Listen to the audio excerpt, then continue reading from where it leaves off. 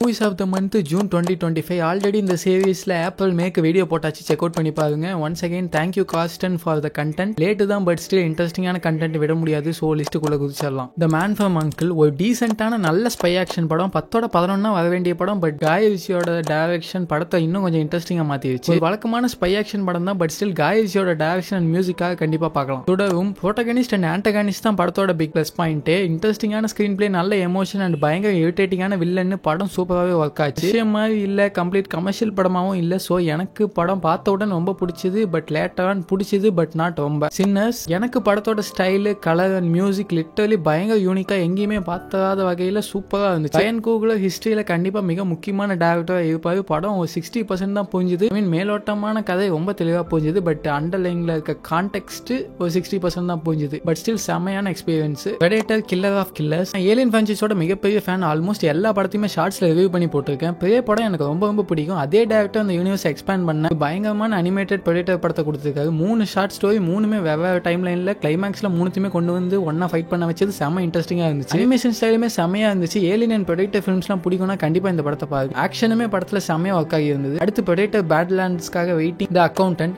Autism இருக்க action hero concept செம்மையா இருக்குல்ல. ஒரு நல்ல இன்ட்ரெஸ்டிங்கான படம். Ben Affleck was so good. அவருக்காகவே பார்க்கலாம். மோஸ்ட் ஆஃப் கன் ஃபைட்ஸ் தான் இருக்கும், பட் ஸ்டில் நல்ல ஆக்ஷன் படம். த பிரஸ்டீஜ். இந்த மனுஷன் ஒரு வாட்டியாச்சும் நம்மளை டிசப்பாயிண்ட் பண்ணுவாருன்னு பார்க்க ஒவ்வொரு வாட்டி அவர் படத்தால நம்மளை ஃபேசினேட் தான் பண்ணிட்டு இருக்காரு. Christopher Nolan is never overrated. Christian Bale and Hugh Jackman 2 பேருமே பீக்கான பெர்ஃபார்மன்ஸை கொடுத்துருக்காங்க. இந்த படம் நம்ம ஊர்ல நிறைய பேர் பார்த்துருக்க வாய்ப்பு இல்லை. பார்க்கலன்னா கண்டிப்பா பாருங்க. ஃபைனல் டெஸ்டினேஷன் பிளட் லைன்ஸ் செம்ம இன்ட்ரெஸ்டிங்கா ஸ்டார்ட் பண்ணாங்க. பட் போக போக சுத்தமா இன்ட்ரெஸ்டே இல்லாம போச்சு. அதுக்கு ரீசன் ஃபைனல் டெஸ்டினேஷன் படங்கள்ல வர அதே டெம்ப்ளேட் சேஞ்சே இல்லாம அப்படியே எடுத்து வச்சிருக்காங்க. ரொம்ப ப்ரெடிக்டபிளா போச்சு. கேரக்டர்ஸோட கனெக்டே ஆக விட மாட்டாங்க. அப்படியே கனெக்ட் ஆனாலும் அவங்க செத்துவாங்கன்னு தெரியும் போது பயங்கரமா இரிட்டேட் ஆகுது. டெக்னிக்கலி படம் செம. பட் அதை வச்சுட்டு என்ன பண்றது? டவுன்லோட் பண்ணி பார்த்துருந்தா கூட இவ்வளவு டென்ஷனா இருக்க மாட்டேன். பட் தெரியாம தியேட்டருக்கு போயிட்டேன். பேலரினா தனி வீடியோவே நம்ம சேனல்ல போட்டாச்சு, செக் அவுட் பண்ணி பாருங்க. மேல ஐ பட்டன்ல கொடுங்க. பட் சிம்பிளா ஜான் விக் ஃபேன்ஸை கண்டிப்பா டிசப்பாயிண்ட் பண்ணாது. நல்ல ஒரு தரமான ஆக்ஷன் படம். டேரக்டர் காலித் ரஹ்மானுக்கு நான் எவ்வளவு பெரிய கண்ணின்னு மே 2025 வீடியோ பார்த்தவங்களுக்கு நல்லாவே தெரியும். மேல ஐ பட்டன்ல கொடுங்க. எனக்கு படம் ரொம்ப பிடிச்சிருந்தது. செம்ம யூனிக்கான கேரக்டர்ஸ் அண்ட் எனர்ஜெட்டிக்கான பெர்ஃபார்மன்ஸ் சூப்பரா பண்ணியிருந்தாங்க. மியூசிக்லாம் best OST and best album of 2025 அவார்டே கொடுக்கலாம் என்ன பொறுத்த வரைக்கும். ரெகுலரான பாக்ஸிங் படமாகவே இருக்காது. அதுதான் படத்தோட மிகப்பெரிய யூனிக்னஸ்.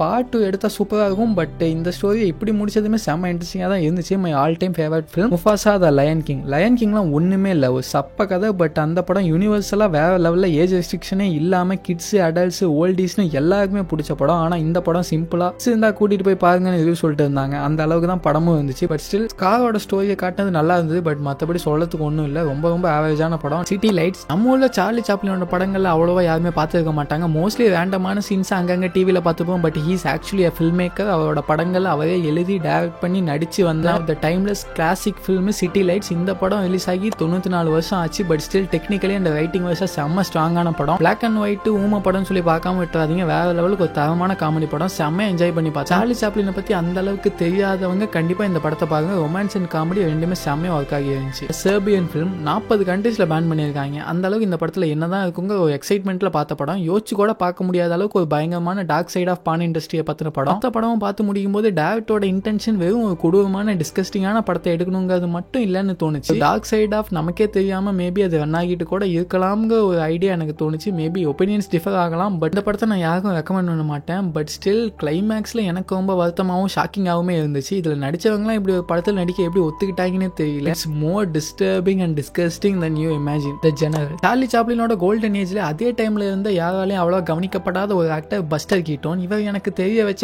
ஆர்ட்ஃபீல்ட் ஹார்ட் சேனலுக்கு ஒரு தேங்க்ஸ் சொல்லிக்கிறேன். நீங்க ஒரு ஃபிலிம் லவ்வரா இருந்தீங்கன்னா இந்த படத்தை பார்த்து முடியும் போது இவர் எப்போ இவ்வளவு நாள் நம்ம தெரிஞ்சுக்காம இருந்தோன்னு ஒரு சின்ன கில்ட் உங்களுக்குள்ள வரும். ஏன்னா எனக்கு வந்துச்சு. இவர் அந்த காலத்து டாம் க்ரூஸ்னு சொல்லலாம். எல்லா ஸ்டன்ஸும் செம்ம கிரேசியா இருக்கும். பட் ஓனா தான் பண்ணுவாரு, எந்த சேஃப்டியுமே இல்லாம. General is another timeless masterpiece. இந்த படம் ரிலீஸ் ஆகி 99 வருஷம் ஆச்சு. பட் படத்தை 100 வருஷத்துக்கு முன்னாடி எடுத்தாங்க ஃபீலே வராது. பாத்தீங்கன்னா செம்மையா என்ஜாய் பண்ணுவீங்க. பஸ்டர் கீட்டோன்ட்ட இருக்க மாதிரி ஒரு humour comedy sense and film making style உலகத்துல யார்ட்டுமே கிடையாது. சிரிக்கவே மாட்டாரு, ஆனா நம்மளை சிரிக்க வச்சுட்டே இருப்போம். இந்த படம் ஸ்டீம் இன்ஜினை வச்சு செம்ம இன்ட்ரெஸ்டிங் அண்ட் ஃபன்னியா எடுத்துருப்பாங்க. ரொம்ப பிரம்மாண்டமான படம். சினிமாட்டோகிராஃபி அண்ட் மியூசிக்லாம் பயங்கர பீக் லெவல்ல இருக்கும். சைக்கோ. இந்த படத்துக்குலாம் இன்ட்ரோடக்ஷன் தேவையில்லை. 1960ல ஆல்ஃபிரட் ஹிட்ச்காக்கோட டைரக்ஷன்ல ரிலீஸ் ஆன மாஸ்டர். இந்த படத்தோட கிளைமேக்ஸ் சமூகம் எனக்கு ஆல்ரெடி ஸ்பாயில் ஆகிடுச்சு. பட் ஸ்டில் இந்த படம் பார்க்கும்போது அவ்வளோ இன்ட்ரெஸ்டிங்கா கிரிப்பிங்கா இருந்துச்சு. இவ்வளோ நல்லா இருக்கும்னு நான் எதிர்பார்க்கவே இல்லை. இந்த படம் இன்னும் நிறைய கிளாசிக்கல் படம் பார்க்கணுங்க ஒரு இன்ட்ரெஸ்ட்டை தூண்டி விட்டுச்சு. யாருமே சும்மா லெஜெண்டரி ஃபில்ம் மேக்கர்லாம் சொல்ல மாட்டாங்க. அவங்களோட படங்களை பார்க்கும்போது தான் புரியுது ஏன் இவங்க எல்லாம் இப்படி சொல்றாங்கன்னு. 65 வருஷத்துக்கு முன்னாடி எடுத்த படம் 2025ல ஒரு யங்ஸ்டரை ஃபேசினேட் பண்ணுதுன்னா இந்த படத்தோட வேல்யூ யோசிச்சு பாருங்க. சும்மா ஒரு இயர் ஃபேக்டர் சொல்லி சொம்படிக்கிற மாதிரி தெரியும். பட் அந்த படத்தை பார்க்க வரைக்கும் நான் ஏன் இவ்வளவு எக்ஸைட் ஆனேங்கிறது உங்களுக்கு புரியாது. பெட்டர் உங்களோட வாட்ச் லிஸ்ட்ல இந்த படத்தை ஆட் பண்ணிட்டு கண்டிப்பா ஒரு நாள் பார்த்துருங்க. You will thank me. இவ்வளோ இந்த வீடியோ நீங்க பார்த்துட்டு இருக்கீங்கன்னா கண்டிப்பா நீங்க ஃபிலிம் லவராக தான் இருப்பீங்கன்னு என்னால் புரிஞ்சுக்க முடியுது. உங்களுக்கும் எனக்கும் கண்டிப்பா செட் ஆகும். ஸோ கண்டிப்பா சேனலை சப்ஸ்கிரைப் பண்ணிக்கோங்க, வீடியோ லைக் பண்ணிருங்க. Sherlock Junior another Buster Keaton film. Seriously General படத்துக்கு அப்புறம் அவரோட ஃபேனாவே நான் மாறிட்டேன். 1924ல ரிலீஸ் ஆன படம் 100 இயர்ஸை கம்ப்ளீட் பண்ணிருச்சு. படத்தோட ஸ்டன்ஸ்லாம் இன்னைக்கு வர ஸ்டன்ட் கோரியோகிராஃபிக்கே டஃப் கொடுக்கும். எந்த ஒரு டெக்னாலஜி விஎஃப்எக்ஸ் எதுவுமே இல்லாத டைம்லயே யோசிச்சு கூட பார்க்க முடியாத அளவுக்கு கன்செப்ட் ஃபுல் ஆஃப் பண்ணியிருக்காங்க. பட் ஸ்டில் பஸ்டர் கீட்டோன் படங்களை பார்க்கணும் நீங்க நினைச்சீங்கன்னா ஜெனரல்ல இருந்து ஸ்டார்ட் பண்ணுங்க. இந்த படமே ஒரு செம்மையான ஆக்ஷன் இன்வெஸ்டிகேஷன் படம் தான். கண்டிப்பா பாருங்க. John Wick chapter 3 Parabellum. உங்களுக்கு மனசு கஷ்டமா இருந்துச்சுன்னா ஏதாவது ஒரு ஃபீல் குட் படத்தை போட்டு ரிவாச் பண்ணி பார்த்துட்டு இருப்பீங்க. பட் என்ன மாதிரி சில பேர்லாம் ஜான் விக் படத்தை போட்டு ரிவாச் பண்ணிட்டு இருப்பாங்க. அந்த குரூப்ல நானும் இந்த படத்தை பத்தினா சொல்ல தேவையில்லை. பட் ஸ்டில் கிளைமேக்ஸ்ல இந்த 2 பேரையும் கொல்லாம விட்டு ஜான் விக் நம்ம மனசு செம்மையா டச் பண்ணிட்டு போயிட்டாரு. பைக் சேசிங்லாம் மறக்கவே மாட்டேன், அவ்வளவு பங்கமா இருந்திருக்கும். வட சென்னை இப்போதான் இந்த படத்தை 3வது டைம் பார்க்கேன். பட் படத்தோட ஸ்கிரீன் பிளே எவ்வளவு காம்ப்ளெக்ஸ் அண்ட் கன்ஃபியூசிங்கான ஸ்கிரீன் பிளேன்னு இப்போதான் போகுது. தமிழ் சினிமால எடுத்த one of the all time best scene both writing and making வைஸ்னா ராஜன் மர்டர் சீன் தான் சொல்லுவேன். Wrath of Man. Guy Ritchie படம் பார்க்கணும் போல ஒரு ஃபீல். ஸோ ரீவாச்சு. காய் ரிச்சி எந்த ஜேர்னர் எடுத்தாலுமே அவரோட ஸ்டைல தெரிவிக்க விட்டதாரு. ஜேசன் ஸ்டேத்தம்லாம் அந்த கேரக்டர் பயங்கர பெர்ஃபெக்ட் சூட் ஆகி இருந்தாரு.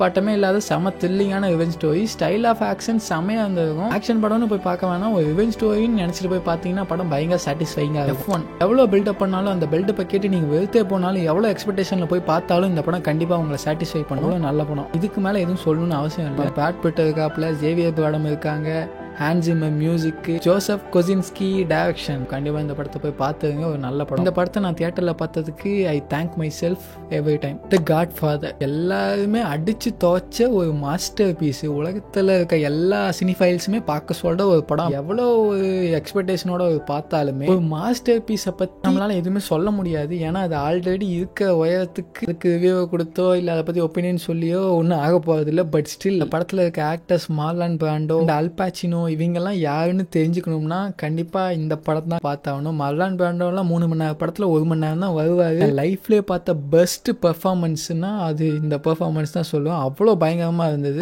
இந்த படத்தை பத்தி சொல்றதுக்கு வார்த்தைகளே கிடையாது. ரொம்ப லேட்டா தான் பார்த்துருக்கேன். But still master piece.